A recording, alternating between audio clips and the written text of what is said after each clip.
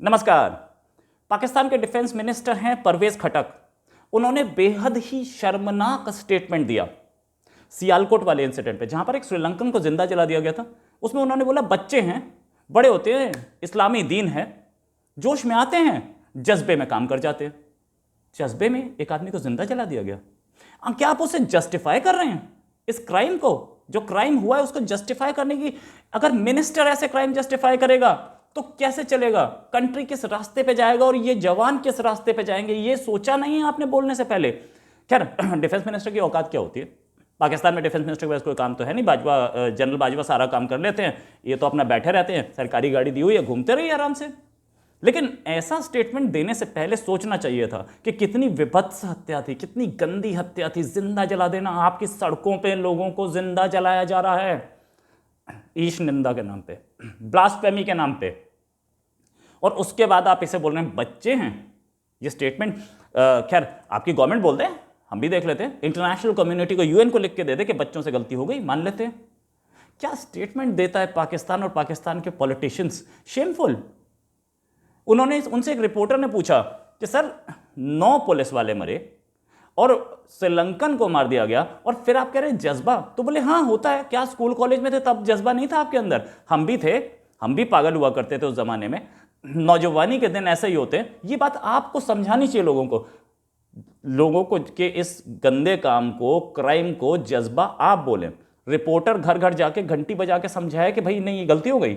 ये कौन सी बात कर रहे हैं? आप पॉलिटिशियन हैं, समाज को रास्ता, सोसाइटी को रास्ता देना आपका काम है, आप ऐसा काम कर रहे हैं। फिर उसके बाद ये भी उन्होंने बोला कि बच्चों की लड़ाई होती है, कत्ल भी होते हैं। तो उसमें आपको समझना चाहिए यार, बच्चों की लड़ाई होती है, कत्ल भी होती है। क्या आप बच्चों को सिखा रहे हैं कि जस्टिफिकेशन मैंने पहले दे दी, क्या बच्चों की लड़ाई में कत्ल हो जाते हैं, आप कत्ल कर दीजिए? पहले आप उनको प्रूफ दे रहे हैं, पहले आप उनको सब कुछ दे रहे हैं कि ठीक है कत्ल होता है, कोई मैं जस्टिफाई पहले कर चुका हूं। मजाक करते हैं। मिनिस्टर, किसी और कंट्री में मिनिस्टर होता ना, 24 घंटे में सैक हो गया होता। आज तक, अभी तक तो कोई सैक हुआ नहीं, पता है हमें कि कुछ नहीं हुआ। ये पाकिस्तान कंट्री है। अगर कंट्री का एक मिनिस्टर ऐसे स्टेटमेंट देगा तो क्या कंट्री में ऐसे इंसिडेंट्स बार बार नहीं होंगे? बिल्कुल होंगे। आप जस्टिफाई कर रहे हैं। आखिरकार 1980 से आप यही तो स्टेटमेंट्स दे रहे थे, तभी तो आज आप इस लेवल पे पहुंचे कि आपकी सड़कों पे किसी भी आदमी को एक बार ब्लास्फेमी का आप आरोप लगा दीजिए और जिंदा जला दीजिए। तभी होता है ना। पूरी दुनिया के सामने आज आप कटघरे में खड़े हैं, कोर्ट में खड़े हैं, अदालत में खड़े हैं, पूरी दुनिया को जस्टिफाई कर रहे हैं कि ये क्या हो गया, कैसे हो गया। तो कोई फर्क नहीं पड़ता। आपकी कुर्सी बचनी चाहिए, आपको वोट मिलने चाहिए। आप इस्लाम के नाम पे लड़ेंगे। लाल मस्जिद वाला मौलाना इतना पावरफुल आज कैसे हो गया वो? क्योंकि आप उसको ऐसे ही जस्टिफाई कर रहे थे, उसकी स्टेटमेंट, आपकी इन स्टेटमेंट्स की वजह से। अगर पहली बार में आपने एक्शन ले लिया होता ना, तो आज उसकी हिम्मत नहीं थी कि वो आपकी गवर्नमेंट को ला देता। तालिबान के झंडे लगा दिए थे आपने, अपनी आर्मी खड़ी कर दी, पुलिस खड़ी कर दी। क्या कर लिया आपने उसका? आज भी चौड़े पे घूम रहा है। विड्रॉ आर्मी ने किया, विड्रॉ पुलिस ने किया, गवर्नमेंट ने विड्रॉ किया, वो नहीं हिला। उसके झंडे उसने अपनी मर्जी से हटाए तालिबान के, आप नहीं हटवा पाए। फोर्सफुली हटा देते। इस्लामाबाद में पार्लियामेंट से 3 किलोमीटर दूर जो झंडे लगे थे, आप नहीं हटा पाए। सऊदी अरेबिया इस्लामिक कंट्री ना, देखा है कभी उसको? कोई मौलाना इतना पावरफुल हुआ है वहां पे? कोई मौलाना ऐसा काम कर सकता है? रूल ऑफ लॉ चलता है। आपसे बड़ा इस्लामिक कंट्री है, मक्का मदीना वहीं है, आपका रिलीजन वहीं स्टार्ट हुआ था। वो करता है, वो रूल ऑफ लॉ की इज्जत करता है, आप नहीं करते। आपके बस का है? आपने इस्लाम को पाल पाल के एक जो इस्लामिक मौलाना हैं उनको इतना बड़ा गुंडा बना दिया है कि वो आप सरकार से भी नहीं डरते। वो आपका कॉलर पकड़ के खड़े और आप उनको रोक नहीं सकते, हिम्मत नहीं है। तहरीक लब्बैक वाले केस में साफ पता चल गया, 8 पुलिस वाले मरे आपके। उसके बाद आप उनसे गले मिल रहे हैं, उनके पैर छू के उनके सारे उनके खिलाफ केस वापस ले लिया आपने। किस तरीके से आप बोलो? ये बच्चों वाला स्टेटमेंट कि बच्चे हैं, गलती हो जाती है, ये जज्बे में कर दिया। ये स्टेटमेंट आप बाबरी मस्जिद डिमोलिशन पे बोल सकते थे। आज भी 6 दिसंबर ही है, आज ही के दिन बाबरी मस्जिद डिमोलिशन हुई थी। गलत हुआ था, मैं मानता हूं इस बात को, लेकिन आपने भड़काई इसमें आग। आप उस समय बोल देते कि भाई बच्चे हैं, सारे के सारे जवान ही लड़के थे ना वहां पे, वहां कौन 70 साल का बुजुर्ग था। आप बोल सकते थे बच्चे हैं, गलती हो गई, माफ कर दीजिए। आपने नहीं बोला। शहीद का दर्जा दिया आपने बाबरी मस्जिद को, शहीद का दर्जा, और इसके साथ आपने बाबरी मस्जिद की भी इंसल्ट की। एक मस्जिद की इंसल्ट एक इस्लामिक कंट्री ने की। कैसे की मैं बताता हूं आपको। बाबरी मस्जिद को शहीद का दर्जा दिया गया, साथ में आपने ओसामा बिन लादेन को आपके प्राइम मिनिस्टर ने अपनी पार्लियामेंट में शहीद का दर्जा दिया। एक शहीद एक टेररिस्ट को बोला, बाबरी मस्जिद को क्या टेररिस्ट से इक्वेट नहीं किया? क्या बाबरी मस्जिद की तुलना आपने किसी टेररिस्ट से नहीं की? क्या बाबरी मस्जिद टेररिस्ट थी? आपने बेइज्जती अपनी मस्जिदों की। आपको पता होना चाहिए कि कैसे करना है। क्या बाबरी मस्जिद इतनी ही रेस्पेक्ट रखती थी आपके लिए? क्या आप उसकी ओसामा बिन लादेन से उसको इक्वेट करें, उसकी तुलना करें?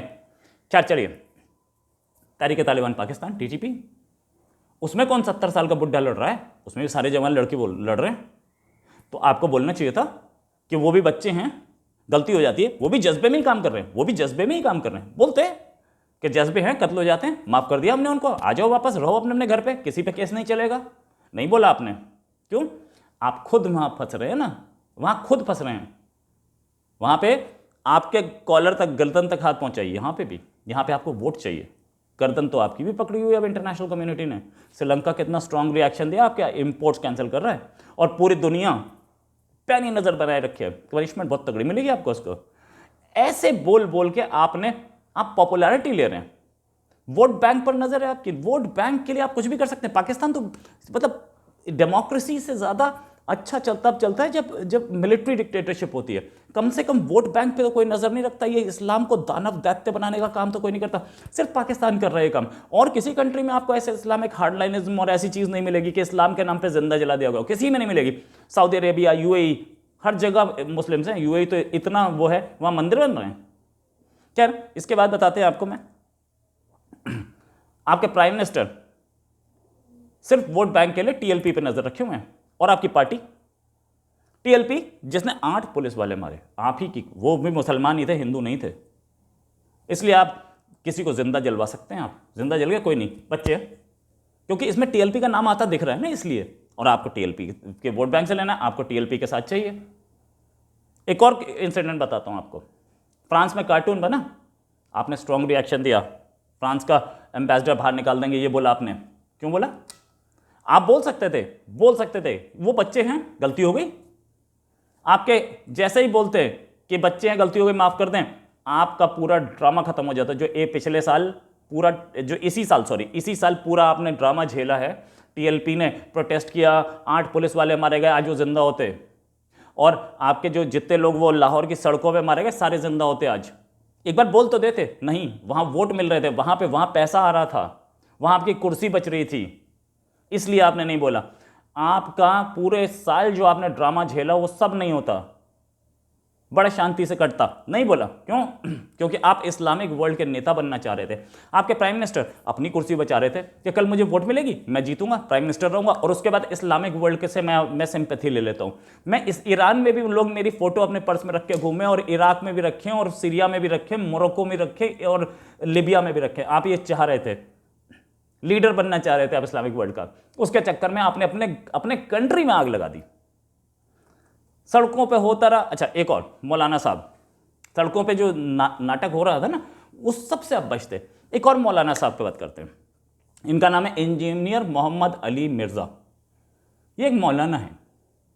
इन मौलाना साहब ने बोला कि कुरान में लिखा है कि आपने एक आदमी का कत्ल कर दिया, एक इंसान का कत्ल कर दिया, तो पूरी इंसानियत का कत्ल कर दिया। और उन्होंने अभी वीडियो आया उनका 1-2 दिन पहले, उसी वीडियो में यह भी बोला कि इसमें कुरान में यह लिखा है एक इंसान का कत्ल, मुसलमान का नहीं लिखा है। अगर आपने एक इंसान का कत्ल किया तो पूरी इंसानियत का कत्ल कर दिया। ये कुरान में क्या पिछले साल आया था? ये 10 दिन पहले आया थे। ये आयत पहले दिन से कुरान में है। आप लोग, मौलाना लोग, अगर ये आयत वो दूसरी आयतें नहीं सिखा रहे होते जिसमें ये मर्डर लिखे थे, जिसमें ये बताया जा रहा था, या उसका आप मिस इंटरप्रिटेशन कर रहे थे, जो मैंने कुरान नहीं पढ़ी है, मुझे बताया जाता है, वो ओसामा बिन लादेन जो है वो बताते हैं कि कुरान में ये लिखा है कि किसी ने इस्लाम के खिलाफ कुछ बोला तो उसे मार दीजिए। अगर वो भी एक आयत होगी, आई डोंट नो, अगर नहीं है तो वो गलत बता रहे थे। जो भी है, अगर पहले दिन से ये आयतें बताई जाती ना कि इंसानियत का कत्ल है, एक इंसान का कत्ल, तो ये होता नहीं।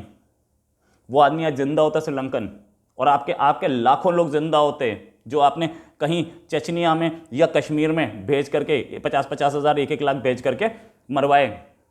उन्हें उन्हें अल्लाह के पास भेज दिया आपने। वो 72 हूरें जो दिखाई थी ना आपने, वो ना दिखाते, वो आप बोलते पहले तो यहाँ जी ले, यहाँ की रिस्पॉन्सिबिलिटी, अपने माँ बाप की रिस्पॉन्सिबिलिटी, अपनी फैमिली की रिस्पॉन्सिबिलिटी पूरी कर, तब जाइए जन्नत। नहीं, आपको क्योंकि इस पर मौलानाओं को पैसे मिल रहे, लंबी लंबी गाड़ियां कहाँ से खरीद रहे हैं मौलाना, और कहाँ से खरीद रहे हैं आपके पॉलिटिशियन, और कहाँ से खरीद रहे हैं आपके ISI और आर्मी के लोग। एक आदमी को भेज देते हैं 72 हूरें दिखा के, और आप अपनी 72 हूरें यहीं ले रहे हैं। अब मैं आगे इससे क्या बोलूं कि इतनी 72 हूरें कहाँ क्या मिल रहा है, किसके फार्म हाउस में मिल रहा है, और किसको गोली मारी जा रही है, किसकी बीवी मार रही है, वो सारी हूरें यहीं हैं आपकी, कहीं बाहर नहीं है। ये चीज इतना लेट बोली आपने, कुरान में तो पहले से लिखा था ना भाई। अच्छा एक चीज और, अगर आपने ये पहले बताया होता ना, न्यूयॉर्क और मुंबई में जितने लोग मारे गए थे ना अटैक में, वो सारे आज जिंदा होते। क्योंकि आज सिचुएशन इतनी खराब हो चुकी है कि आपके गले तक हाथ पहुंच चुका है, इसलिए आज आपने वो कुरान दोबारा खोली और वो वाली आयत पढ़ी, और इसलिए आप बोलना शुरू हो गए, वरना आप नहीं बोलते कभी भी इसको। आप कोशिश करते कि ये आग फैलती रहे ताकि हमें पैसा आता रहे।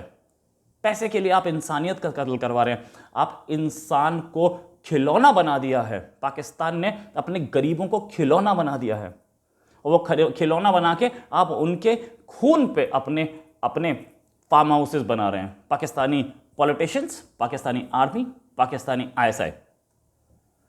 अब जहां तक बात एक और मौलाना साहब, इन मौलाना साहब ने यह कराची के मुफ्ती तारिक मसूद, इन्होंने ये एक कदम आगे गए। इन्होंने भी 2 दिन पहले वीडियो निकाला अपना, एक कदम आगे जाके इन्होंने बोला कि मेरी पुरानी स्पीच थी, मैंने उसमें यह बोला था कि कोई भी मोहम्मद साहब के खिलाफ कुछ भी बोले उसको मार देना, उसकी सजा यही है कि सर तन से जुदा। अब परसों उनकी स्पीच में यह था कि मेरी पिछली जो स्पीच थी जिसमें मैंने ये बोला था कि सर तन से जुदा, वो स्पीच वो इनवैलिड, वो स्पीच बेकार है, अब उस स्पीच पे ना जाइए, मेरी नई स्पीच पे आइए। मेरी नई स्पीच कह रही है कानून को अपना काम करने दीजिए। बड़ी जल्दी आपको याद आ गया, बड़ी जल्दी आपकी आत्मा जाग गई, अरेस्ट होने के डर से जागी। अब क्योंकि पाकिस्तान पे इंटरनेशनल प्रेशर है 500 लोग अरेस्ट के लिए, वरना 500 अरेस्ट होते हैं ऐसे इंसिडेंट्स पे, एक नहीं अरेस्ट होता। वो डैनियल पर्ल पे जो अरेस्ट हुआ था उसको कोर्ट ने छोड़ दिया। अब पाकिस्तान के कॉलर पकड़ा हुआ है इंटरनेशनल कम्युनिटी ने, तो अब आपको याद आया कि नहीं पिछली स्पीच गलत थी। अब आप बोल रहे हैं, एक हफ्ते पहले अगर आपसे कोई पूछता कि कुरान में क्या लिखा है, तो अब वही आयत बताते कि सर तन से जुदा, सर तन से जुदा। तो ये जल्दी से जल्दी, अब आप घबरा क्यों रहे हैं भाई, घबरा क्यों रहे हैं? जो कुआं आपने खोदा था कि हम जिहादी बनाएंगे, पहले तो जिहादी, मुजाहिदीन, क्या क्या नाम दे रहे थे आप इन लोगों को जो हत्याएं करते फिर रहे थे, ये नाम दिए जा रहे थे। अब आप उसी कुएं में खुद गिर रहे हैं जो कुआं आपने दुनिया के लिए खोदा था। तो आप पागल हो गए, घबरा गए। तो ऐसे ही घबराते रहिएगा। अभी देखिए आप जाते कहाँ हैं, जल्दी पता लग जाएगा आपको कि आप कहाँ जा रहे हैं। ये पहला था, ये रुकेगा नहीं, यहाँ पे बढ़ता जाएगा। इसी के साथ एक और खबर के साथ फिर हाजिर होंगे। नमस्कार, जय हिंद।